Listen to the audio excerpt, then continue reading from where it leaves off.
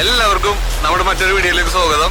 ഇന്ന് നമ്മൾ കാണിക്കാൻ പോകുന്നത് തികച്ചും വ്യത്യസ്തമായ ഒരു വീഡിയോ ആണ്. ഒരു അതിഥിയാണ് നിങ്ങളെ പരിചയപ്പെടുത്താൻ പോകുന്നത്. നമ്മൾ അഫേൻസ് ബീച്ചിൽ വന്നപ്പോഴേ യാദൃശ്ചികമായിട്ട് നമ്മൾ രണ്ട് കൂട്ടുകാരെ പരിചയപ്പെട്ടു. അവർ ഇവിടെ കുറേ പരിപാടികളും പദ്ധതികളൊക്കെ പ്ലാൻ ചെയ്തിട്ടുണ്ട്. അതായത് ടൂറിസവുമായി ബന്ധപ്പെട്ടിട്ട് ഹോഴ്സ്, അതുപോലെ തന്നെ ക്യാമല്. അപ്പോൾ ആ ഒരു കാര്യമാണ് നിങ്ങൾക്ക് ഇന്ന് ഞാൻ വീഡിയോയിലൂടെ പരിചയപ്പെടുത്തുന്നത്.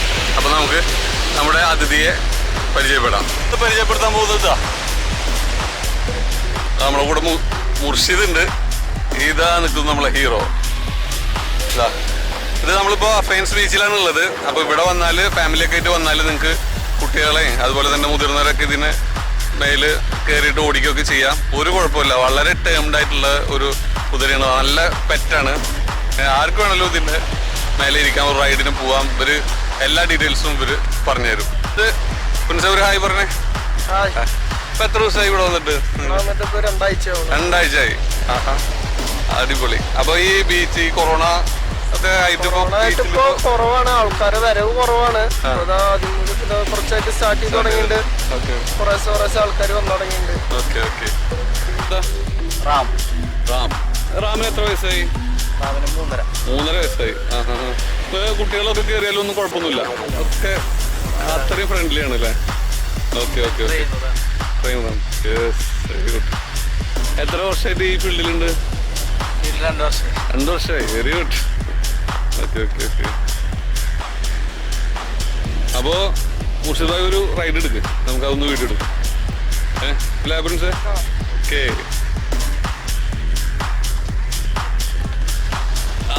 അടിപൊളി.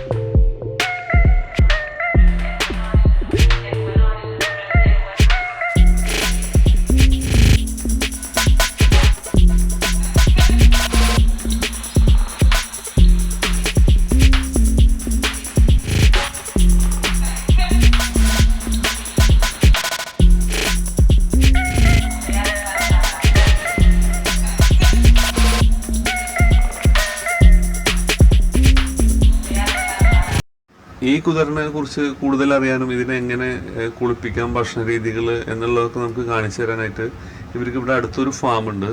അപ്പോൾ നമുക്ക് ആ ഫാമിലേക്ക് പോയിട്ട് ബാക്കി കാഴ്ചകൾ നമുക്ക് ഫാമിൽ നിന്ന് കാണാം. നമ്മളിവിടെ ഫാമിൽ എത്തിയിട്ടുണ്ട്. എടക്കഴിയൂർ അഫേൻസ് ബീച്ചിൻ്റെ വളരെ അടുത്താണ് ഈ ഫാം. ഇവിടെ ഒരുപാട് അതിഥികളും വിശേഷങ്ങളും ഉണ്ട്. എല്ലാം കൂടിയിട്ട് നമുക്കൊരു വീഡിയോയിൽ ചെയ്യാൻ പറ്റില്ല. അപ്പോൾ കുതിരയുടെ എല്ലാ വിശേഷങ്ങളും ഈ വീഡിയോയിൽ ചെയ്തിട്ട് സ്പെഷ്യൽ അതിഥിയുടെ വിശേഷം അടുത്ത വീഡിയോയിൽ ചെയ്യാം. ഫാമിലേക്ക് കയറി വരുമ്പോൾ ലവ് ബേർഡ്സാണ് നമ്മൾ സ്വീകരിക്കുക. എപ്പോഴും നല്ല സൗണ്ടൊക്കെ ഉണ്ടാക്കിയിട്ട് ഇവർ ഈ ഫാമിനെ ലൈവാക്കി നിർത്താറുണ്ട്. അതുപോലെ തന്നെ ഇനിയും ഒരുപാട് അതിഥികൾ ഇവർ കൊണ്ടുവരുന്നുണ്ട്. ഇപ്പോൾ കുറച്ച് പക്ഷികൾ, അതുപോലെ താറാവ്, കോഴി, മീൻ, കുതിര, പിന്നെ നമ്മുടെ സ്പെഷ്യൽ അതിഥി, അത് നമ്മൾ അടുത്ത വീഡിയോയിൽ ചെയ്യുന്നുണ്ട്. അതെന്തായാലും എല്ലാവർക്കും ഇഷ്ടപ്പെടും. ഈ ഫാമിൻ്റെ മെയിൻ ചുമതല നൗഫൽ ഖാക്കാണ്. അപ്പോൾ നിങ്ങൾക്ക് എന്തെങ്കിലും ഡീറ്റെയിൽസ് അറിയണമെന്നുണ്ടെങ്കിൽ നൗഫൽ ഖാനെ നിങ്ങൾക്ക് കോൺടാക്ട് ചെയ്യാം. നൗഫൽ ഖാൻ്റെ നമ്പർ ഞാൻ ഡിസ്ക്രിപ്ഷനിൽ കൊടുക്കുന്നുണ്ട്. ലവ് ബേർഡ്സിനെ കണ്ടു കഴിഞ്ഞ് നമ്മൾ അടുത്തതായി പോയത് താറാവുകൾക്ക് ഭക്ഷണം കൊടുക്കാനാണ്.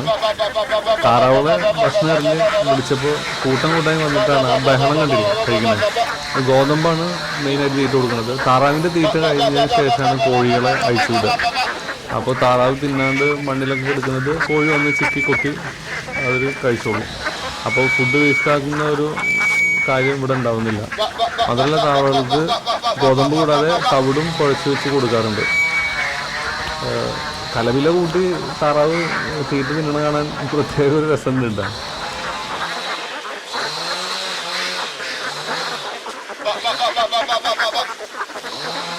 താറാവിന്റെ സൗണ്ട് നാച്ചുറലായി കിട്ടുന്നത് നല്ലതാണ്. കുഴപ്പമില്ല.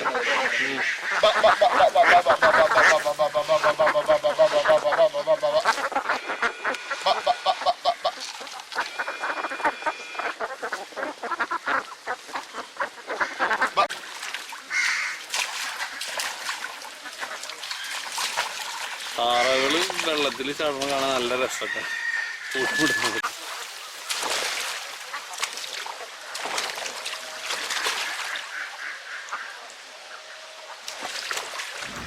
താറാവുകൾ തീറ്റ എടുത്ത ശേഷം ഈ തോട്ടിലാണ് വന്ന് ചാടുക. ഈ തോട്ടിൽ 2000-ഓളം മീനുകളെ ഇട്ടിട്ടുണ്ട്. ഈ താറാവുകൾ ഇതിൽ വന്ന് ചാടുമ്പോഴും കുളിക്കുമ്പോഴും നീന്തുമ്പോഴൊക്കെ വെള്ളം നന്നായി ഇളകി മീനുകൾക്കുള്ള ഓക്സിജൻ വർദ്ധിച്ചുകൊണ്ടേയിരിക്കും. അപ്പോൾ ഇതൊരു പരസ്പര പൂരകങ്ങളായിട്ടാണ് ഇവിടെ വളരുന്നത്. നമുക്കും ഇങ്ങനെ മിക്സഡ് ഫാമിങ് ചെയ്യുമ്പോൾ എന്തായാലും ചിലവുകൾ കുറക്കാൻ പറ്റും. നാച്ചുറലായിട്ടുള്ള താറാവുകളുടെ തീറ്റ ഈ വെള്ളത്തിൽ നിന്ന് കിട്ടും. താറാവുകളുടെ ഭക്ഷണം, കുളി, അതൊക്കെ കഴിഞ്ഞ് അവരിഞ്ഞ് അവരുടെ തൂവലൊക്കെ വൃത്തിയാക്കി വെയിൽ കൊള്ളുന്ന പരിപാടിയിലേക്ക് കടന്നു. ഈ സമയം കൊണ്ട് നമ്മുടെ മുർഷിദ് എന്ന് പറയുമ്പോൾ ഭയങ്കര മുറുക്കുണ്ട് കേട്ടോ. അപ്പോൾ മുർഷിദ് നമ്മുടെ കുതിരനെ കുളിപ്പിക്കാൻ തുടങ്ങിയിട്ടുണ്ട്. അപ്പോൾ ഇനി നമുക്ക് അതിൻ്റെ ഡീറ്റെയിൽസ് എന്തൊക്കെയാണെന്നുള്ളത് നോക്കാം.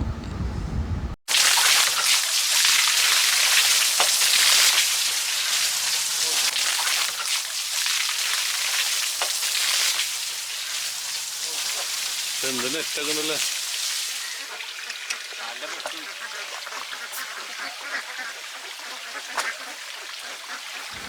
ഇവർ പറഞ്ഞത് മറ്റൊരു കാര്യം എന്താ വെച്ചാൽ, നമ്മൾ പെറ്റ്സിനെ, ഏത് പെറ്റ്സ് ആയിക്കോട്ടെ, വൃത്തിയുള്ള സ്ഥലം അതുപോലെ വൃത്തിയുള്ള സാഹചര്യം നമ്മൾ ഒരുക്കി കൊടുക്കുകയാണെങ്കിൽ 75% രോഗങ്ങളെയും നമുക്ക് പ്രതിരോധിക്കാൻ പറ്റും. അതായത് രോഗങ്ങൾ വരാണ്ട് തന്നെ നമുക്ക് ഇവരെ കാത്തു സൂക്ഷിക്കാം. ഇങ്ങനെ കുതിരനെ അഴുക്കാവുമ്പോൾ നന്നായി കുളിപ്പിക്കണം. അപ്പോൾ എന്താ വെച്ചാൽ ഇവർക്ക് ഈച്ച, അതുപോലെ വേറെ ഇൻസെക്ട്സ് അതൊന്നും വന്നിട്ട് ഇവരെ ശല്യപ്പെടുത്തില്ല. അപ്പോൾ കുതിര നല്ല ആക്റ്റീവായിരിക്കും. അതുപോലെ മുറിവൊക്കെ ഉണ്ടെങ്കിൽ നന്നായി ഈച്ച ശല്യം ഉണ്ടാവാൻ സാധ്യതയുണ്ട്. അപ്പോൾ എന്താ ചെയ്യുക വെച്ചാൽ കുളിപ്പിച്ചിട്ട് അതിനുള്ള ഓയിൽമെൻറ്റ് വെറ്ററിനറി ഡോക്ടറുടെ നിർദ്ദേശപ്രകാരമുള്ള ഓയിൽമെൻറ്റ് അവിടെ പറഞ്ഞു കൊടുക്കും. അപ്പോൾ ഒരുപാട് രോഗങ്ങളിൽ നിന്ന് ഇവർക്ക് രക്ഷപ്പെടാൻ പറ്റും. അതുപോലെ തന്നെ ഈ കുളിപ്പിക്കുമ്പോൾ ഈ കുതിര മുർഷിദിനായിട്ട് നല്ല ഇണക്കം കാണിക്കുന്നുണ്ട്. കാരണം ഇതിൻ്റെ ലാടൻ്റെ അടിയിലൊക്കെ കച്ചറുണ്ട്, അതൊക്കെ വൃത്തിയാക്കണം. അപ്പോൾ അത് വൃത്തിയാക്കാൻ വേണ്ടി കാല് പൊക്കിയിട്ട് ഒരെണ്ണം വൃത്തിയാക്കി കഴിഞ്ഞാൽ കുതിര അടുത്തതും പൊക്കട്ടെ എന്നുള്ള മട്ടിലാണ് നിൽക്കുന്നത്. ആ ഒരു റിലേഷനാണ് മുർഷിദും കുതിരയും തമ്മിൽ എനിക്കിവിടെ കണ്ടതിൽ ഒരു അത്ഭുതപ്പെടുത്തിയത്. പിന്നെ നമ്മുടെ പ്രിൻസും മുർഷിദും പറഞ്ഞെന്നൊരു കാര്യം എനിക്ക് നല്ല സ്ട്രൈക്ക് ചെയ്തു. കാരണം നമ്മൾ ഒരിക്കലും ഇതിനെ കഷ്ടപ്പെട്ട് വളർത്തരുത്, നമ്മൾ ഇഷ്ടപ്പെട്ട് വളർത്തണം. അപ്പോഴാണ് എന്തു പറയുക, ഈ കുതിരക്കും അത് നല്ലത്, നമുക്കും നല്ലത്. അല്ലാണ്ട് നമ്മളിതൊരു എന്തെങ്കിലും വരുമാനം പ്രതീക്ഷിച്ചിട്ട് നമ്മൾ വളർത്തി കഴിഞ്ഞാൽ അത് അതിൻ്റെ ഒരു രീതി അങ്ങനെയല്ല എന്നാണ് പ്രിൻസും മുർഷിദും പറയുന്നത്. നമുക്ക് ഇതിനോടൊപ്പം ഒരു ഇഷ്ടം കൊണ്ട് വേണം നമ്മളിതിനെ സമീപിക്കാൻ. അതല്ലാണ്ട് ഇത് കഷ്ടപ്പെട്ടിട്ട് നമ്മൾ വളർത്തിയിട്ട് അതുകൊണ്ടൊരു പ്രയോജനം നമുക്കും ഉണ്ടാവില്ല, കുതിരക്കും ഉണ്ടാവില്ല. ഉദാഹരണം പറയുകയാണെങ്കിൽ ഇപ്പോൾ ഈ കുളിപ്പിക്കണത് അത്യാവശ്യം നല്ല പണിയുള്ളതാണ്. അപ്പോൾ നമ്മൾ ഇന്ന് കുതിരനെ കുളിപ്പിക്കണ്ടേ, ആകെ ചേറായിക്കണല്ലോ അങ്ങനെ വിചാരിക്കുന്നുണ്ട്. ഇന്ന് നമ്മൾ കുതിരനെ കുട്ടപ്പനാക്കാം, അടിപൊളി, അങ്ങനെ എടുത്തിട്ട് നമ്മൾ ആ ഒരു മെൻറ്റാലിറ്റിയോട് വേണം നമ്മൾ പെറ്റ്സിനെ വളർത്താൻ. അപ്പോൾ അതൊരു ഇമ്പോർട്ടൻറ്റ് പോയിൻ്റാണ്. അപ്പോൾ എല്ലാവരും വ്യൂവേഴ്സ് എല്ലാവരും അതെപ്പോഴും മൈൻഡിലുണ്ടാവുക. നമ്മൾ എപ്പോഴും നമ്മുടെ പെറ്റ്സിനെ ഇഷ്ടപ്പെടുക. കുതിരയെ കുളിപ്പിച്ച ശേഷം കുതിരനെ പുറത്തൊരു ഗ്രൗണ്ടിൽ പുല്ലൊക്കെ ഉള്ള സ്ഥലത്ത് കൊണ്ടുപോയിട്ട് കെട്ടും. അപ്പോൾ കുതിര ഒന്ന് ഡ്രൈ ആവുകയും ചെയ്യും. ആ സമയം കൊണ്ട് സ്റ്റേബിളൊന്ന് കഴുകി വൃത്തിയാക്കിയ ശേഷം കുതിരക്കുള്ള ഫുഡ് തയ്യാറാക്കലാണ് അടുത്ത പണി. അപ്പോൾ എന്തൊക്കെയാണ് മെനു എന്നുള്ളത് നമുക്ക് മുർഷിദ് പറഞ്ഞു തരും, അതുപോലെ തന്നെ കാണിച്ചു തരും എങ്ങനെ മിക്സ് ചെയ്യാന്നൊക്കെ. കുതിരയുടെ സ്റ്റേബിൾ എന്ന് പറഞ്ഞാൽ ഈ ഷെഡാണ് കേട്ടോ. അതായത് നമ്മൾ തൊഴുത്തു എന്നൊക്കെ പറയില്ലേ, അതിന് ഇംഗ്ലീഷ് ടേമാണ് സ്റ്റേബിള്. ഫുഡിൻ്റെ മിക്സ് എന്ന് പറഞ്ഞാൽ ചോളത്തവിട്, ഉപ്പ്, ഗോതമ്പിൻ്റെ വൈക്കോല്, ഇതാണ് ബേസായിട്ട് കൊടുക്കാറ്. പിന്നെ ആഴ്ചയിൽ 1-2 ദിവസം ഇടവിട്ടിട്ട് അല്ലെങ്കിൽ ആവശ്യാനുസരണം മുതിര, കടല, അവല് ഇതൊക്കെ ഇതിൻ്റെ കൂടെ മിക്സ് ചെയ്ത് കൊടുക്കാറുണ്ട്. പിന്നെ ഡോക്ടർ പറയുകയാണെങ്കിൽ മിനറൽ മിക്സും വിറ്റാമിൻ മിക്സും ഇതേ ഭക്ഷണത്തിൽ മിക്സ് ചെയ്ത് കുഴച്ച് ഈ പരുവായിട്ട് കൊടുക്കാറുണ്ട്. കുതിരകൾക്ക് എപ്പോഴും നല്ല ഭക്ഷണം കൊടുക്കണം, എന്നാലേ അവർ നല്ല ആരോഗ്യത്തോടുകൂടി ആക്റ്റീവായിട്ട് നിൽക്കുള്ളൂ. പിന്നെ അതുപോലെ തന്നെ അവർ പറഞ്ഞില്ലേ മിക്സ് ചേഞ്ച് ചെയ്ത് കൊടുക്കണം, മുതിര, കടല, അവല്. അതെന്തിനാ വെച്ചാൽ ഒരേ ഫുഡ് എടുക്കുമ്പോൾ അവർ അതിനോടൊരു മടി കാണിക്കും. അപ്പോൾ അതുകൊണ്ടാണ് അവർ ചേഞ്ച് ചെയ്ത് കൊടുക്കുന്നത്. അപ്പോൾ ഇഷ്ടപ്പെട്ടിട്ട് അത് നന്നായി കഴിച്ചോളും. അപ്പോൾ ഫുഡൊക്കെ റെഡിയാക്കി സെറ്റാക്കിയിട്ട് റാമിനെ പുറത്ത് കെട്ടിയിട്ടുണ്ട്. അവിടുന്ന് കൊണ്ടുവരാനായിട്ട് മുർഷിദ് പോയിട്ടുണ്ട്. അപ്പോൾ റാമിനെ അവിടുന്ന് അഴിച്ചു വിട്ടു. റാം തനിയെ ഇങ്ങോട്ട് വന്നു.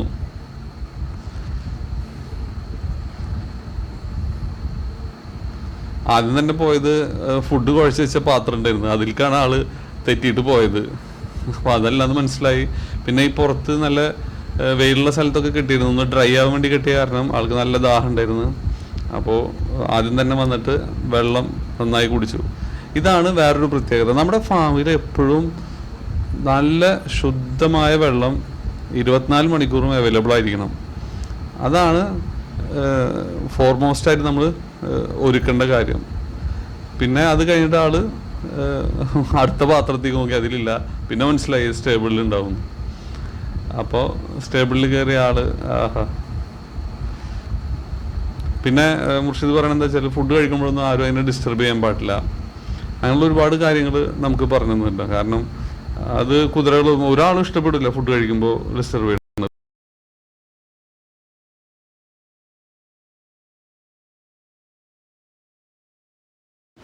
കുതിരകൾക്ക് ഭക്ഷണം കൊടുത്തു കഴിഞ്ഞാലേ അതിനൊരു 15 മിനിറ്റ് റെസ്റ്റിംഗ് ടൈം കൊടുക്കണം. അപ്പോൾ ആ റെസ്റ്റിംഗ് ടൈമൊക്കെ കഴിഞ്ഞ് മുർഷിദ് നമ്മളെ എങ്ങനെയാണ് ഒരു കുതിരക്ക് കടിഞ്ഞാണിടുക എന്നുള്ളതാണ് കാണിച്ചു തരുന്നത്. ഇതൊക്കെ ചെയ്യാൻ നല്ല ട്രെയിനിങ്ങിൻ്റെ ആവശ്യമുണ്ട്. മുർഷിദ് ഇപ്പോൾ നല്ലൊരു ട്രെയിനറാണ്. ആൾക്ക് 2 വർഷത്തെ എക്സ്പീരിയൻസ് ഉണ്ട്. അതുപോലെ തന്നെ റൈഡ് ചെയ്യാനും റേസ് ചെയ്യാനൊക്കെയുള്ള സർട്ടിഫിക്കറ്റ് ഉണ്ട്. നമ്മുടെ പ്രിൻസ് 10ഓളം കുതിരനെ ഒരേ സമയം മെയിൻറ്റെയിൻ ചെയ്തിട്ടുള്ള ആ ഒരു നോളജുണ്ട്. അപ്പോൾ ഈ ഒരു കാര്യങ്ങളാണ് നമ്മൾക്ക് ഇവരിന്ന് ഷെയർ ചെയ്ത് തരുന്നത്. ശരിക്ക് ഈ കാര്യത്തിന് ഇവരെ അഭിനന്ദിച്ചേ പറ്റുള്ളൂ. ഇത്രയും ചെറുപ്രായത്തിൽ ഇത്രയും കാര്യങ്ങൾ പഠിക്കുക എന്നുള്ളത് അത്ര നിസ്സാരമായ കാര്യമല്ല. അതിനോട് അത്രയും ഇൻട്രസ്റ്റ് ഉള്ള ആൾക്കാർക്ക് മാത്രമേ അത് പറ്റുള്ളൂ. അപ്പോൾ കുതിരനെ കടിഞ്ഞാണിട്ട ശേഷം നമ്മൾ സ്ക്രബ് ചെയ്യാനാണ് കൊണ്ടുപോയത്. സ്ക്രബിങ് എന്ന് പറഞ്ഞാൽ കുതിരയുടെ മേലുള്ള കൊഴിഞ്ഞ രോമങ്ങൾ നമ്മൾ ബ്രഷ് ചെയ്ത് കളയണം. ഇതാണ് ആ ഒരു ടൂള്. പിന്നെ നമ്മൾ ബ്രഷാണ് ഉപയോഗിക്കുക. ഇതൊരു മസാജിങ് ഫീലാണ് കുതിരക്ക് ഉണ്ടാവുക.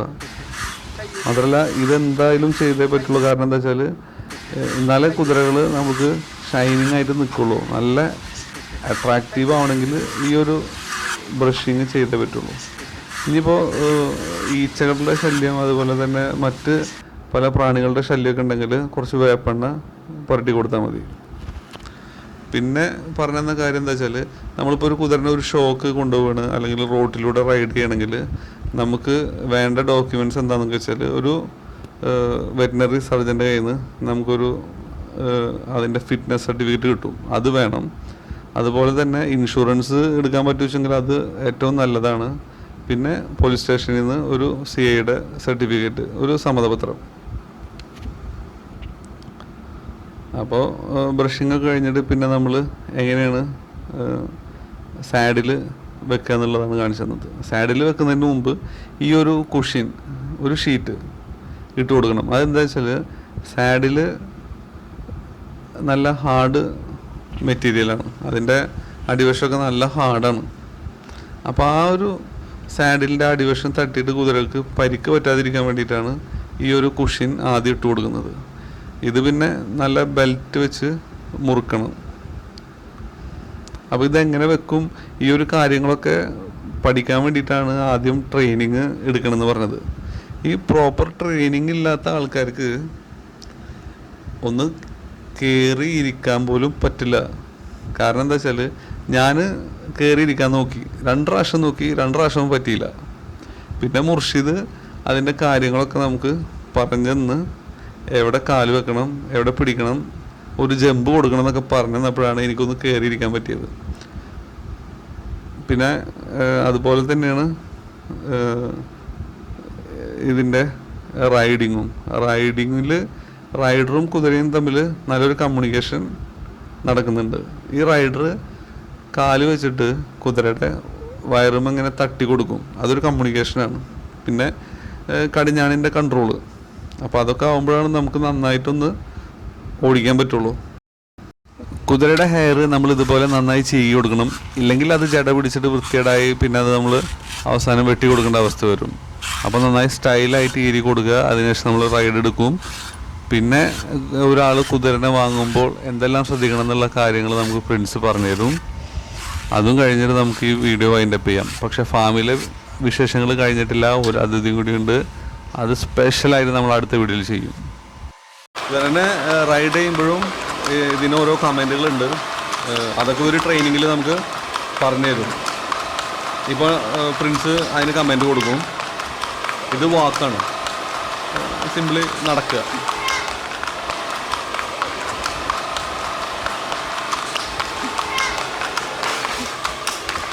അതാ പ്രിൻസ് കമൻറ്റ് കൊടുത്തു, വാക്ക് കൊടുത്തു, പിന്നെ ത്രോട്ട് എന്നുള്ള കമൻറ്റ് കൊടുത്തു. ത്രോട്ട് എന്ന് പറഞ്ഞാൽ നടക്കില്ല, നടക്കണേക്കാട്ടി കുറച്ച് സ്പീഡിൽ അത് ജമ്പ് ചെയ്യുക. ശരിക്കും ഒരു ജമ്പിങ് ആൻഡ് റണ്ണിങ് അങ്ങനെ ഒരു കുലുക്കുണ്ടാവും അതിനെപ്പോഴും. പിന്നെ അത് അതിൻ്റെ സ്പീഡിലേക്ക് മെല്ലെ മെല്ലെ കയറി പോയിക്കോളും. നമ്മളൊരു വണ്ടി ഓടിക്കുമ്പോൾ എങ്ങനെയാണോ ഫസ്റ്റ് ഗിയർ ഇട്ട്, സെക്കൻഡ് ഗിയർ ഇട്ട്, തേർഡ് ഇട്ട്, പിന്നെ ടോപ്പ് ഗിയറിലേക്കല്ല പോവുക, അതുപോലൊക്കെ തന്നെ. പിന്നെ പക്ഷെ എന്താ വെച്ചാൽ ഇത് ഈ ഒരു ലെവലിലൊക്കെ എത്തണമെങ്കിൽ നമ്മൾ നല്ല ട്രെയിനിങ് എടുക്കണം. അതിൻ്റെ ട്രെയിനിങ്ങിനെ കുറിച്ച് അതുപോലെ കുതിരനെ കുറിച്ചിട്ട് അതല്ലെങ്കിൽ വാങ്ങാൻ ആഗ്രഹിക്കുന്നുണ്ടെങ്കിലൊക്കെ നിങ്ങൾക്ക് പ്രിൻസിനെയും അതുപോലെ മുർഷിദിനെയും കോൺടാക്ട് ചെയ്യാം. അവർ നമ്മളെ എപ്പോൾ വേണമെങ്കിലും ഹെൽപ്പ് ചെയ്യാൻ, എന്ത് സഹായം ചെയ്യാനും അവർ തയ്യാറാണ്. അപ്പോൾ അവരെ കോൺടാക്ട് ഡീറ്റെയിൽസ് നമ്മുടെ ഡിസ്ക്രിപ്ഷനിൽ ഞാൻ കൊടുക്കാം. അപ്പോൾ അത് അനുസരിച്ച് നിങ്ങൾ വിളിച്ചാൽ മതി. ഇനി ഇതിൻ്റെ കുറച്ച് ഡീറ്റെയിൽസ് നമുക്ക് ഈ വീഡിയോയിൽ പ്രിൻസ് പറഞ്ഞു തരും. അത് നമുക്ക് ഈ റൈഡ് എടുത്ത് പോയിട്ട് എവിടെയെങ്കിലും ഒരു നല്ല തണലുള്ള സ്ഥലത്ത് നിർത്തിയിട്ട് നമുക്ക് കുതിരനെ കുറിച്ചിട്ട് കൂടുതൽ കാര്യങ്ങൾ ചോദിക്കാം. അതിൻ്റെ ബ്രീഡ് എന്താണെന്നൊക്കെ ഒരു ചെറിയൊരു വിവരണം നമുക്ക് പ്രിൻസ് തരാമെന്ന് പറഞ്ഞിട്ടുണ്ട്. അപ്പോൾ അതിനു വേണ്ടി നമുക്ക് പോവാം.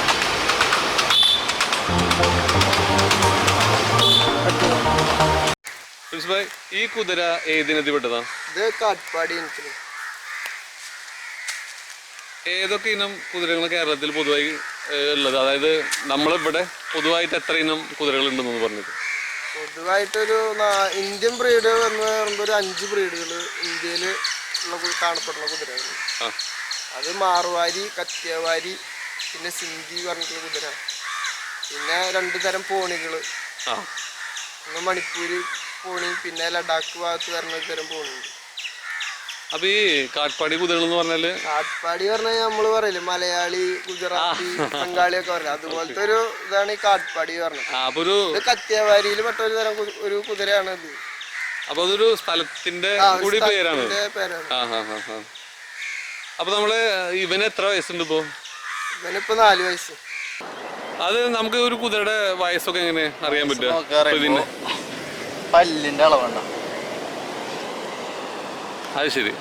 പല്ലളവ് അത് നിങ്ങക്ക് 7 വയസ്സാകുമ്പോ ഇവിടുത്തെ പല്ല് വലുതാവും. ആ പല്ല് ആ കാണുന്ന ചെറിയ പല്ലില്ലേ വലുതാവും. അത് വലുതാവും 7 വയസ്സാകുമ്പോ. പിന്നെ അപ്പൊ 7 വയസ്സാവണ വരെ ഇതിങ്ങനെ ഹൈറ്റിന് കൂടി വരും. ഈ പല്ലിന്റെ ഹൈറ്റ് കൂടി വരും. അതന്നെ വലുതാവും. അപ്പൊ 7 വയസ്സായി. ശരി ശരി. Okay okay. അത് ശരി. എത്ര വയസ്സാകുമ്പോ നമുക്ക് കുതിരയുടെ മേലെ ആളൊക്കെ കയറ്റാം? കുതിരയുടെ മേലെ ആള് കയറ്റാ പറഞ്ഞു കഴിഞ്ഞാൽ കുതിര ഒരു 2 വയസ്സ് 3 വയസ്സിനിടയിലാണ് ഇവര് ശരീരം ശരിക്കും ഉറക്കണ ഒരു ടൈം. അതായത് കുതിര ജനിച്ചു കഴിഞ്ഞതിന് ശേഷം പിന്നെ 2-3 വയസ്സിനിടയിൽ വളർച്ച കറക്റ്റായിട്ട് വരുന്ന ഒരു ടൈമാണ്. ആ ടൈമിൽ നമ്മൾ ഭാരം അധികം കയറ്റാണ്ടിരിക്കുകയാണ് ഏറ്റവും നല്ലത് കുതിരകൾക്ക്. അത് പറഞ്ഞൊരു 2 വയസ്സിന് ശേഷം ട്രെയിനിങ് തുടങ്ങാം കുതിരകൾക്ക്. അത് കുതിരയുടെ ഒരു വെയിറ്റ്, മൊത്തം വെയിറ്റിൻ്റെ ഒരു 10% വെയിറ്റ് വെച്ചിട്ട് നമുക്കിതിൻ്റെ മുകളിൽ കയറ്റാം. കയറ്റിയിട്ട് ഒരു 5 വയസ്സൊക്കെ ആകുമ്പോഴാണ് കുതിര മൊത്തത്തിൽ ഒരു 100 കിലോ 110 കിലോനൊക്കെ അനായാസം എടുക്കാവുന്ന ഒരു ഇതായത് വരും. ഇപ്പം ഈ 4 വയസ്സായ കുതിര ഏകദേശം അത്രയും ഭാരം എടുക്കും. പക്ഷെ ഒന്നും കൂടി കുതിര മസിൽസും ശരീരം കൊണ്ടും ആക്റ്റീവ് ആവുന്നത് 5 വയസ്സാകുമ്പോൾ കൂടുതലായിട്ട് എല്ലാ വെയിറ്റും എടുക്കാവുന്ന ഒരു സെറ്റപ്പ് വരും. അപ്പോൾ അങ്ങനെയാണെങ്കിലേ ഇപ്പോൾ വലിയൊരു കുതിരനെ വാങ്ങണോ അതല്ല ചെറുതിനെ വാങ്ങണോ ഒരു വീട്ടിലേക്ക്, അല്ലെങ്കിൽ ഒരാൾ ഇപ്പോൾ നമ്മളെ വ്യൂവേഴ്സ് ഇപ്പോൾ ഈ വീഡിയോ കണ്ടിട്ട് ഒരാൾ കുതിരനെ വാങ്ങണം ഇഷ്ടപ്പെട്ടാൽ അപ്പോൾ അവരോട് നിങ്ങൾ എന്താ പറയുക, വലുത് വാങ്ങണോ ചെറുത് വാങ്ങണോ എന്ന് ചോദിച്ചാൽ? അതിപ്പോൾ അവരുടെ താല്പര്യം പർപ്പസിനനുസരിച്ച് എന്താവശ്യത്തിനാണ് അവർ കുതിര മേടിക്കുന്നത്. ഇപ്പോൾ ചിലവര് പറഞ്ഞാൽ അവർക്ക് റൈഡ് ചെയ്യണമെന്നുള്ള ഒരു താല്പര്യത്തിലാണ് അവർ കുതിര മേടിക്കുന്നത്. അപ്പോൾ അവർ ചെറിയ കുട്ടീനെ മേടിച്ചിട്ട് കാര്യമില്ലല്ലോ. അപ്പോൾ അവർക്ക് അതിനോട് ഉപയോഗം ഉണ്ടാവില്ല. അപ്പോൾ അവർ റൈഡിങ് ഉള്ള ഒരു കുതിര ഒരു ഏകദേശം ഒരു 3 വയസ്സിന് ശേഷമുള്ള ഒരു കുതിരനെ, ട്രെയിനഡ് ആയിട്ടുള്ള കുതിരനെ എടുക്കുകയാണ് അവർക്ക് ഏറ്റവും നല്ലത്. പിന്നെ പറഞ്ഞു കഴിഞ്ഞാൽ ഈ ഷോയ്ക്ക് വേണ്ടിയിട്ടും അതുപോലെ ഈ വർക്കിന് വേണ്ടിയിട്ടൊക്കെ ഫെസ്റ്റിവലിനൊക്കെ കൊണ്ടുപോകാൻ വേണ്ടിയിട്ട് എടുക്കും. അവർ ഒരു വൈറ്റ് കുതിരയാണ് പൊതുവെ എല്ലാവരും ചൂസ് ചെയ്യണത്. അല്ലെങ്കിൽ ഇതുപോലെ വൈറ്റും ബ്ലാക്കും കാണാൻ നല്ല ഷോ ഉള്ള കളറായ കാരണം അങ്ങനെ എടുക്കുന്നത്. പിന്നെ ചെറിയ കുട്ടികൾക്കൊക്കെ വേണ്ടിയിട്ടാണെങ്കിൽ നമ്മൾ എപ്പോഴും ഒരു ചെറിയ കുട്ടി കുതിരനെ മേടിക്കുക നല്ലത്. അത് പോണിയെക്കാട്ടി നല്ലത് പൊതുവെ എല്ലാവരും പോണീനെയാണ് അങ്ങനെ ചൂസ് ചെയ്യുന്നത്. പോണിയായിട്ട് നല്ലത് ഇതുപോലത്തെ ഒരു കുതിരയുടെ കുട്ടീനെ മേടിക്കുക നല്ലത്. അപ്പോൾ അത് ആ കുട്ടി വളരുന്നതിനനുസരിച്ച് കുതിര ഒപ്പം വളരും ചെയ്യും. നമ്മൾ വീടിനായിട്ട് ഈ കുതിര ആണെങ്കിൽ നമ്മൾ മൊത്തത്തിൽ കുതിരയ്ക്ക് നമ്മളെ മനസ്സിലാവും, നമുക്ക് ഈ കുതിര എന്താണെന്ന് നമുക്കും അറിയാൻ പറ്റും. ഒരു 2-3 കൊല്ലമാകുമ്പോൾ പിന്നെ ഇതിന്റെ മേലെ ആ കുട്ടി ഒന്നും കൂടി പക്വത പ്രായമാകുമ്പോൾ ആ കുട്ടിക്ക് റൈഡിങ്ങും പഠിക്കാം. പോണായി കഴിഞ്ഞ് കഴിഞ്ഞാൽ അത് നമ്മുടെ വീട്ടിൽ ഇങ്ങനെ ചെറിയ ഉയരൊക്കെ ചെറുത് തന്നെ ആയിരിക്കും. കുട്ടികൾക്ക് കളിക്കാന്നൊക്കെ വിചാരിച്ച് നമ്മൾ മേടിക്കും. അത് ചിലപ്പോൾ കടി ഉണ്ടാവും, ചവിട്ടും ഉണ്ടാവും. അപ്പൊ കുറച്ച് കഴിഞ്ഞ് ഇതിന് കിട്ടിയ കാശിന് നമ്മൾ കൊടുത്ത് ഒഴിവാക്കേണ്ട ഒരു അവസ്ഥ വരും. അപ്പൊ നമുക്ക് അതൊരു ഉപകാരത്തിൽ പെടില്ല. അപ്പൊ ഈ പോണി കുതിരനെ കറക്റ്റ് ആയിട്ട് എന്തിനാ ഉപയോഗിക്കുന്നത്? അത് പറഞ്ഞു കഴിഞ്ഞാൽ ഈ വണ്ടി വലിക്കാൻ, വണ്ടി ഭാരം എടുക്കാനാണ് പൊതുവെ ഉപയോഗിക്കുന്നത്. കാരണം ഉയരില്ല, പിന്നെ ശരീരം നല്ല ആരോഗ്യം. ഈ കുതിര വലിക്കണത് ഒരു നല്ലൊരു 4 വയസ്സ് 5 വയസ്സിന് ശേഷമുള്ള പോണികള് ഈ കുതിര വലിക്കുന്ന ഭാരം ആ കുതിര വലിക്കും. അവർ ഉയരം നോക്കിയിട്ടല്ല, നല്ല പെർഫോമൻസ് ആണ് കുതിരകൾ. ഭാരം എടുക്കാനും ഓടാനും എത്ര ദൂരം വേണമെങ്കിലും ഓടും. അതാണ് മെയിൻ ആയിട്ട് കാണാനൊന്നും വലിയ ഹൈറ്റും ഉണ്ടാവില്ല. നമ്മൾ ഈ കുതിരക്ക് ലാടടിക്കാന്നൊക്കെ കേട്ടിട്ടുണ്ട്. അത് ശരിക്കും അടിക്കേണ്ട ആവശ്യമുണ്ട്? എന്തിനാണ് അത് അടിക്കുന്നത്? അത് കുതിരയുടെ കാലിനുള്ള ഒരു പ്രൊട്ടക്ഷനായിട്ട് നമ്മൾ ലാടടിക്കണം. അത് അടിക്കണം. എല്ലാ കുതിരയ്ക്കും ലാടടിക്കണം നിർബന്ധമായിട്ട്. അതായത് നമ്മൾ കുതിരേനെ വെറുതെ ഒരു സ്ഥലത്ത് നിർത്തണ കുതിരേനെ അടിക്കണ്ട. ഇപ്പൊ നമ്മള് വെറുതെ ഇങ്ങോട്ട് പുറത്തേക്കൊന്നും കൊണ്ടുപോകണില്ല. കുതിരേനെ വെറുതെ നിർത്തി തീറ്റിച്ച് പറമ്പിലൊക്കെ നടക്കണ കുതിരേനെ അതിന് ആവശ്യമില്ല. നേരെ മറിച്ച് നമ്മൾ ഇതിനെ റൈഡ് ചെയ്യാണ്, ഇതിനെ കൊണ്ട് അല്ലെങ്കിൽ വണ്ടി വലിപ്പിക്കുക കാര്യങ്ങളൊക്കെ ഉണ്ടെങ്കിൽ നമ്മൾ തീർച്ചയായിട്ടും ലാടടിക്കണം. അതെ, ഓക്കെ. അതിപ്പോ നമുക്ക് ഇപ്പൊ ഇവിടെ അവൈലബിൾ ആണ്. ഇപ്പോൾ അധികം ഒന്നും ആരും കുതിരനെ വളർത്തി കണ്ടിട്ടില്ല. പക്ഷെ നമുക്ക് ഇത് ഇഷ്ടപ്പെടുന്നവരാണെങ്കിൽ ഒരുപാടുണ്ട്. അപ്പൊ ഈ ലാട അടിക്കുന്ന ഫെസിലിറ്റി ഒക്കെ നമുക്ക് തൃശ്ശൂരൊക്കെ ആ അവൈലബിൾ ഇപ്പൊ തൃശ്ശൂര് കേരളത്തിൽ ഒട്ടുമിക്ക സ്ഥലത്തും അവൈലബിൾ ആണ്. ആളുകള് അങ്ങനെ ഇത് പ്രൊഫഷണൽ ആയിട്ട് പഠിക്കണ ഫാരിയർമാര് എന്ന് പറയും, അവരാണ് ചെയ്യാണ് ഏറ്റവും നല്ലത്. ഓക്കെ. പിന്നെ കുറെ ആൾക്കാർ യുഡായ്പ് തരത്തിൽ വന്നിട്ട് ചെയ്യുന്നുണ്ട്. അതെല്ലാ ബിസിനസ്സും അത് പറഞ്ഞു കഴിഞ്ഞാൽ മൊത്തത്തിൽ ഒരു കുതിരേനെ ബാധിക്കും. അത് അതെ അതെ. കുതിരക്ക് ഇപ്പൊ 5 മിനിറ്റ് നേരം കൂടുതൽ ശരിക്കും ഒരേ നിൽക്കാൻ പറ്റില്ല, ബാലൻസ് പോവും. അതിൽ ആടെ ശരിക്കും അടിക്കാൻ വരുന്ന ഒരു മെയിൻ കംപ്ലൈന്റ് ആണ്. അപ്പൊ അത് നമ്മൾ ചെയ്യുമ്പോ എപ്പോഴും അറിയണ ആൾക്കാരെ കൊണ്ട് അല്ലെങ്കിൽ വർഷങ്ങളുടെ എക്സ്പീരിയൻസ് ഉള്ള ആൾക്കാരുണ്ടാവും. ഇത് ചെയ്ത് കുറെ കുതിരകളെ ചെയ്ത് ഫാരിയർമാരൊക്കെ വന്നിട്ട് ആകെ 4 കൊല്ലം 5 കൊല്ലൊക്കെ ആയിട്ടുള്ളൂ. ഇങ്ങനെ ഇത്ര പബ്ലിസിറ്റി ആയിട്ട് വന്നിട്ട്. അതിന് മുന്നൊക്കെ ഈ തമിഴ്നാട് ഏരിയന്ന് ഇപ്പൊ നമ്മള് കാളയ്ക്ക് ലാടടിക്കുന്നുണ്ട്, ഈ കാള വണ്ടി വലിക്കണ കാളയ്ക്ക് ലാടടിക്കുന്നുണ്ട്. അപ്പൊ അതൊന്നും ഇപ്പൊ ഈ ഫാരിയർമാരല്ല ചെയ്യണം. അത് അങ്ങനത്തെ ആളുകളുണ്ട്. അതുപോലെ കുതിരകൾക്ക് അടിച്ച് പരിചയമുള്ള ആൾക്കാരുണ്ട്, അവരെ കൊണ്ട് ചെയ്യിപ്പിക്കുകയാണ് ഏറ്റവും നല്ലത്. അപ്പൊ ഇത് എന്ത് ചാർജ് വരും അങ്ങനെയാണെങ്കിൽ? ചാർജ് ഇപ്പൊ 1500 മുകളിൽ ഒരു 2500 രൂപയാണ് ഇവര് മേടിക്കുന്നത്. 1500 മേടിക്കുന്നവരുണ്ട്, 2000 മേടിക്കുന്നവരുണ്ട്, 2500. അത് അവരുടെ ലാടത്തിന്റെ ക്വാളിറ്റി അനുസരിച്ചാണ് മിക്കവരും ഇപ്പൊ ചാർജ് ചെയ്യുന്നത്. ഇത് ഒരു പ്രാവശ്യം അടിച്ചാൽ പിന്നെ അത് മാറ്റണം, റീപ്ലേസ് ചെയ്യുക അല്ലെങ്കിൽ അങ്ങനെ എന്തെങ്കിലും ചെയ്യുന്നുണ്ടോ? അത് നമ്മുടെ ലാടത്തിന്റെ ഉപയോഗത്തിനനുസരിച്ചിട്ടാണ് ഇത് തേയ്മാനം വരും. ഇതിപ്പോ ഒരു സ്ഥിരം അങ്ങനെ ഓടിച്ച് റോഡിലൊക്കെ ഓടിക്കുന്ന കുതിരയാണെങ്കിൽ ആ റോഡിന്റെ ഷോക്ക് നേരെ കിട്ടണത് ലാടല്ലാത്ത കുതിരക്ക് നേരെ കിട്ടും, കുതിരക്ക് കിട്ടും. ഇതിപ്പോ ലാടം കിട്ടി, ലാടത്തുനിന്നാണ് നേരെ ഇപ്പൊ നമ്മള് സസ്പെൻഷൻ ഉപയോഗിക്കണ പോലെ. അപ്പൊ അത് ഒരു പരിധി കഴിഞ്ഞ ഷോക്കപ്പ് അതിലൊരു പരിധി കഴിഞ്ഞ റീകണ്ടീഷൻ ചെയ്യണല്ലോ. അതുപോലെ തന്നെ ഇതും ഒരു പരിധി കഴിഞ്ഞ് കഴിഞ്ഞാൽ മാറ്റി അടുത്തത് ഇടണം. പിന്നെ ഇപ്പൊ നമ്മള് ഇതുപോലെ തന്നെ മാറ്റാറായി കഴിഞ്ഞാൽ ചിലപ്പോ ഒരു ലാട കൂരിപ്പോവും. നമ്മൾ ഊരിപ്പോയ ബാക്കി 3 വെച്ച് ഒരിക്കലും കുതിരേനെ ഓടിക്കരുത്. അതിന്റെ ബാക്കി 3 കളഞ്ഞിട്ട് പിന്നെ ഫ്രീ ആയിട്ട് ഓടിക്കുക. പിന്നെ എത്രയും പെട്ടെന്ന് തന്നെ തിരിച്ച് ലാടം ചെയ്യാൻ നോക്കുക. അപ്പൊ ഈ കുതിരകളെ നമുക്ക് ഒരു വരുമാനത്തിനായിട്ട് വീട്ടിലൊക്കെ വളർത്താൻ പറ്റും, എന്താണ് അതിനെ കുറിച്ച് ഒന്ന് പറഞ്ഞ ഒരു ബിസിനസ് പോലെ?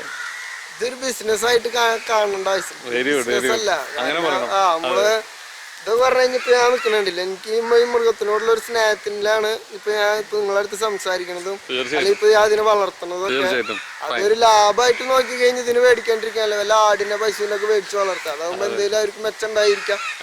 ഇപ്പൊ നമ്മളിപ്പോ ഒരു 15 ലിറ്റർ കിട്ടുന്ന പൈസ പറഞ്ഞ കാലത്ത് ഒരു 4 ലിറ്റർ കിട്ടിയ ഭാഗ്യം പറയാം. അതുപോലെ ഒന്നും ഇതിന് കിട്ടില്ല. ഇത് പറഞ്ഞു കഴിഞ്ഞാൽ ഇതുപോലെ നമ്മളൊരു വീട്ടില്, പിന്നെ ഇതൊരു ആഡംബരമാണല്ലോ കുതിര കുതിര ആന എന്നൊക്കെ പറഞ്ഞു കഴിഞ്ഞാൽ ആനക്ക് പൊതുവെ വരുമാനം ഉണ്ട്, വരുമാനം ഒന്നുമില്ല. ഇപ്പൊ നിങ്ങൾ ഈ പറഞ്ഞ കേസ് വെച്ചിട്ട് ഞാൻ കുറച്ച് ദിവസം മുമ്പേ ഒരാളുടെ ഒരു വിഷമം കേട്ടത്, ഈ കുതിരക്കൊക്കെ എന്തെങ്കിലും സർക്കാർ എന്തെങ്കിലും സ്കീം അങ്ങനെ എന്തെങ്കിലും തന്നെ, അതിനെ കുറിച്ച് എന്തെങ്കിലും പറയാം? അതിനെ കുറിച്ച് ഒന്നും പറയാം, അവരറിവില്ലായ്മ. പിന്നെ കുതിരകള് വളർത്തേണ്ട കൈകളല്ല അവരുടെ. കാരണം കുതിരകൾ എന്താന്നോ അല്ലെങ്കിൽ എന്തിനാണ് അതിന്റെ ഉപയോഗം എന്ന് അവർക്ക് അറിയില്ല. റേഷൻ കടയിൽ നിന്ന് എല്ലാവർക്കും കിറ്റ് കിട്ടണ പോലെ ഇതിന് കിറ്റ് കൊടുക്കേണ്ട ആവശ്യമില്ല മൊത്തത്തില്. ഇതിപ്പോ ഒരു എന്താ പറയാ, അവനാന് ജീവിക്കാൻ ആവശ്യമില്ല, പിന്നെ ഇതിന് മേടിക്കേണ്ട ആവശ്യമില്ല. അങ്ങനെ നമ്മൾ ചിന്തിച്ചിട്ടാണ് ഏത് മൃഗത്തിനെ വളർത്താൻ.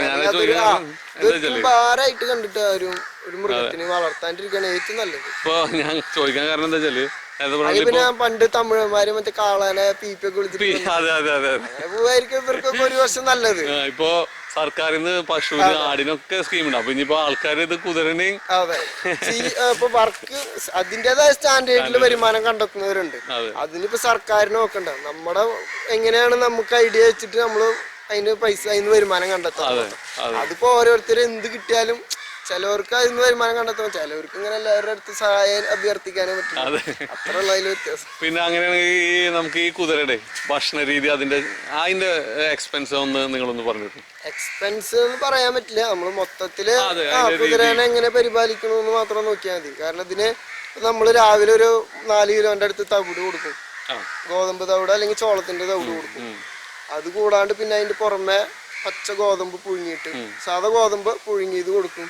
പിന്നെ മുതിര പുഴുങ്ങിയിട്ട് അതെല്ലാം മിക്സ് ചെയ്തിട്ട്, പിന്നെ അല്ലെങ്കിൽ ഇതിൽ വല്ല ബാർലി ഓട്സ് ഒക്കെ കൊടുക്കണ കുതിരകളുണ്ട്. ഇപ്പോ ഈ കുതിരക്ക് എന്തെങ്കിലും വിറ്റാമിന്റെ കുറവ്, ആക്റ്റീവ് അല്ലാണ്ട് നിൽക്കുക, അപ്പൊ ഒക്കെ നമുക്ക് ഒരു വെറ്റിനറി ഡോക്ടറെ? തീർച്ചയായും നമ്മളൊരു കുതിര ആയത് നമ്മള് ഇതിന്റെ ഭക്ഷണക്രമം ചെയ്യുന്നതിനേക്കാൾ മുന്നേ ഒരു കുതിരനെ നമ്മളൊരു ഡോക്ടറെ കാണിച്ചിട്ട് അതിന് എന്തൊക്കെ കുറവുകളുള്ളതെന്ന് ആദ്യം പരിശോധിക്കും. അതിനുശേഷം മാത്രമാണ് നമ്മൾ ഇതിന്റെ ടൈം. ചില കുതിരകൾക്ക് ഒരു നേരം കൊടുത്താൽ മതി, അത് ആ ബോഡി മെയിൻറ്റെയിൻ ചെയ്ത് പോകാൻ വേണ്ടി കൊടുത്താൽ മതി. പൂർണ്ണ ആരോഗ്യവാനായിരിക്കും കുതിര. ചിലത് 2 നേരം കൊടുത്താൽ മതി. ഓക്കെ. അതായത് ഇപ്പൊ ഈ കുതിരക്ക് 2 നേരം കൊടുത്താൽ മതി, ആ രാവിലെയും വൈകിട്ടും കൊടുക്കും. ചില കുതിരകൾ തീരെ ടയേർഡാവും, പിന്നെ ഭക്ഷണം എപ്പോഴും കഴിക്കേണ്ട ഒരു പ്രവണതയുള്ള കുതിരകളുണ്ട്. അതൊരു ആരോഗ്യസ്ഥിതി ആദ്യം നമ്മൾ പരിശോധിക്കാൻ പറഞ്ഞത് അതുകൊണ്ടാണ്. അവർക്ക് 3 നേരം കൊടുക്കണം. ആ കൊടുക്കുന്ന കൂട്ടത്തിൽ അവർക്ക് വേണ്ട വൈറ്റമിൻസ്, അതിന്റെ പ്രോട്ടീൻ, മിനറൽ കാര്യങ്ങളൊക്കെ ചെക്ക് ചെയ്തിട്ട് അതും കൂടി ആഡ് ചെയ്തിട്ട് അവർ ഭക്ഷണത്തിൽ കൊടുക്കും. അപ്പൊ അധികം ചെലവുണ്ടാവില്ല. ആ തുടക്കത്തിലുള്ള ശരീരം സെറ്റ് ആവുന്നവരെ, ബോഡിക്ക് വേണ്ടത് കിട്ടുന്നവരെയുള്ള ചെലവുള്ളൂ.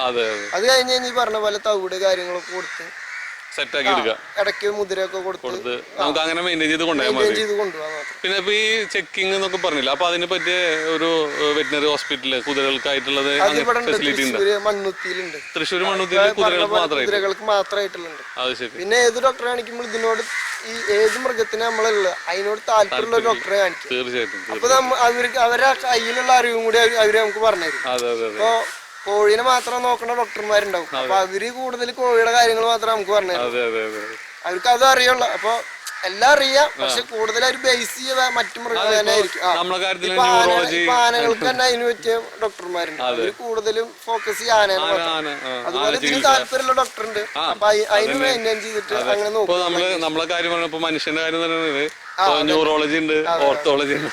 അതുപോലെ അല്ല, വെറ്റിനറി ഡോക്ടർ പറഞ്ഞു കഴിഞ്ഞാൽ പൊതുവെ എല്ലാവർക്കും അതില് കൂടുതൽ താല്പര്യം ഉണ്ടാവും. ഇപ്പൊ നമ്മളിങ്ങനെ കുതിരേനെ പരിശോധിക്കാനാ പറഞ്ഞ അവര് വരച്ചാലും ഒരു പേടിയുണ്ടാവും. കാരണം ഒരു വിധം ഞാൻ പലപ്പോഴും കണ്ടിട്ടുള്ള ഇപ്പൊ എന്തിനൊരു ആവശ്യത്തിന് നമ്മൾ വിളിച്ചു കഴിഞ്ഞാൽ അയ്യോ കുതിര ആണെങ്കിൽ വരില്ല, പറ്റില്ല, പേടിയാണ്, അല്ലെങ്കിൽ നിങ്ങൾ വരണം, നിങ്ങൾ ഉണ്ടാവില്ല, പിടിക്കണം, അങ്ങനെയൊക്കെ പറയും. നമ്മൾ ഈ മണ്ണുത്തി ഹോസ്പിറ്റലിൽ പോയി ഒന്നും വേണ്ട, എല്ലാവരും അവരെന്നെ ചെയ്തു. അല്ല, നമുക്ക് തൃശ്ശൂർക്കാർക്ക് എസ്പെഷ്യലി ആ ഒരു ഫെസിലിറ്റി ഉള്ളത് വളരെ നല്ലൊരു കാര്യമാണ്. പിന്നെ ഈ പശുവിനൊക്കെ കൊടുക്കുന്ന പോലെ പെല്ലറ്റ് രൂപത്തിലുള്ള ഫുഡ് വരുന്നുണ്ട്? പെല്ലറ്റ് വരുന്നുണ്ട്. മണ്ണുത്തി പോലത്തെ ഫുഡ് വരുന്നുണ്ട്. അത് ഇപ്പൊ നല്ല രീതിയിൽ കുതിരക്ക് കൊടുക്കാം. അത് കുതിരക്ക് വേണ്ടി ഇതാക്കിയിട്ടുള്ള തന്നെയാണ്. അത് ശരി.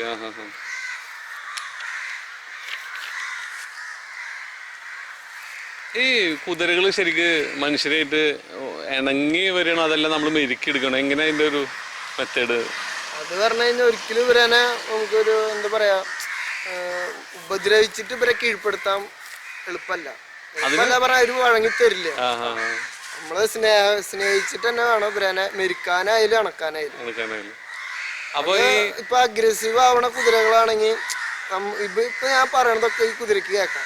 ഞാൻ പറയണതും ഇപ്പൊ നിങ്ങൾ എന്നോട് ചോദിക്കണതൊക്കെ ഇത് കുറച്ച് നാളായിട്ട് നമ്മളടുത്തുള്ള കാരണം നമ്മൾ പറയണ ഭാഷ മറ്റൊരുവിധം മൃഗങ്ങളുടെ പോലെ തന്നെ ഇതിന് ഉൾക്കൊള്ളാൻ സാധിക്കും. അപ്പൊ നമ്മൾ ഇതിനോട് ദേഷ്യത്തിലാണോ സംസാരിക്കുന്നത്, ഇതിനോട് ഇഷ്ടത്തിലാണോ സംസാരിക്കണമെന്ന് ഇതിന് ഉൾക്കൊള്ളാൻ പറ്റും. അപ്പൊ അതിനനുസരിച്ചിരിക്കും ഇതിന് പ്രതികരണം. ഇതിന് മോശമായിട്ട് നമ്മൾ ഇതാക്കാൻ നിന്ന് കഴിഞ്ഞാൽ ഇതിന്റെ മട്ടും ഭാവമൊക്കെ മാറും, ഇതിന്റെ ചെവിടൊക്കെ ഇങ്ങനെ പുറകോട്ട് വരും. നമ്മളെ പിന്നെ നമ്മളായിരിക്കും അതിന്റെ മൈൻഡില്. അല്ലെങ്കിൽ നമ്മള് പറഞ്ഞത് ഉപദ്രവിക്കണ കാര്യങ്ങളായിരിക്കും. ഉപദ്രവിക്കണം എന്നുള്ളൊരു ചിന്താഗതിയിലാവും പിന്നെ കുതിര എപ്പോഴും സ്റ്റഡി ആയിട്ട് നിൽക്കുക. അത് കുറച്ച് നേരത്തേക്ക് ഉണ്ടാവും. ആ സമയം മാറ്റി കഴിഞ്ഞ് കഴിഞ്ഞ് പിന്നെ കുതിര ആ മൈൻഡിൽ ഉണ്ടാവില്ല. അപ്പൊ ഇപ്പൊ പറഞ്ഞല്ലോ ഈ ചെവി പുറകോട്ടാക്കിയിട്ട് ഒരു അഗ്രസീവായിട്ട് നിൽക്കുന്നു. അപ്പൊ നമ്മൾ എന്തെങ്കിലും ഉപദ്രവിക്കുവോ? അപ്പൊ നമ്മൾ അവരുടെ ഒത്ത് അവരെ ഗ്യാപ്പിൽ നമ്മൾ ഉണ്ടെങ്കിൽ നമുക്ക് ചിലപ്പോ ഒന്നുപോലെ കടിക്കാൻ ശ്രമിക്കുക, അല്ലെങ്കിൽ തൊഴിക്കാനോ അല്ലെങ്കിൽ ബാക്ക് കാല് വെച്ചിട്ടാണ് കൂടുതൽ ഇവര് അറ്റാക്ക് ചെയ്യുക. അപ്പൊ അത് നമ്മൾ ശ്രദ്ധിക്കുക. പരമാവധി സ്നേഹത്തിൽ നിൽക്കുക. കാരണം അവരുടെ കാര്യങ്ങൾ നമ്മളടുത്ത് തുറന്നു പറയാൻ പറ്റില്ല. സംഭവം അവർക്ക് എല്ലാ ആവശ്യങ്ങളും ഉണ്ടാവും. ഇതിന്റെ രീതിയിൽ ഇതിനെന്തെങ്കിലും ആവശ്യങ്ങളും കാര്യങ്ങളൊക്കെ ഉണ്ടാവും. അപ്പൊ അത് പറയാൻ പറ്റില്ല. അപ്പൊ അവരെപ്പോഴും നമ്മളോട് നമ്മൾ കണ്ടറിഞ്ഞ് ചെയ്യുന്നുള്ള രീതിയിലാണ് ഒരു കുതിരല്ല മൊത്തത്തില് നമ്മൾ വീട്ടിൽ വളർത്തുന്ന ഏത് മൃഗമായാലും നമ്മൾ സംരക്ഷിക്കുന്നുള്ള ഒരു ഇതിലാണ് നിൽക്കുക. അപ്പോ നമ്മളിത് ഇത്രയും നേരം ഈ കുതിരയുടെ വിശേഷങ്ങളൊക്കെ പങ്കുവെച്ച നമ്മുടെ പ്രിൻസിപ്പായി, അതുപോലെ തന്നെ മുർഷിദ്, ഇവരോടൊക്കെ ഞാൻ ഹൃദയത്തിന്റെ ഭാഷയിൽ നന്ദി പറയുന്നു. പ്രിൻസിപ്പായി, thank you. Okay, signing off. അപ്പോൾ ഇത്രയും നേരം നമ്മുടെ വീഡിയോ കണ്ട എല്ലാ വ്യൂവേഴ്സിനും എൻ്റെ ഹൃദയത്തിൽ നിന്നുള്ള നന്ദി. നമ്മൾ ഇനിയും ഇതുപോലത്തെ കണ്ടന്റുകളും ഒരുപാട് ഇൻഫർമേഷൻസും നിങ്ങളുമായിട്ട് പങ്കുവെക്കുന്നതായിരിക്കും. അപ്പോൾ എല്ലാവരും stay tuned, wait for another video. By.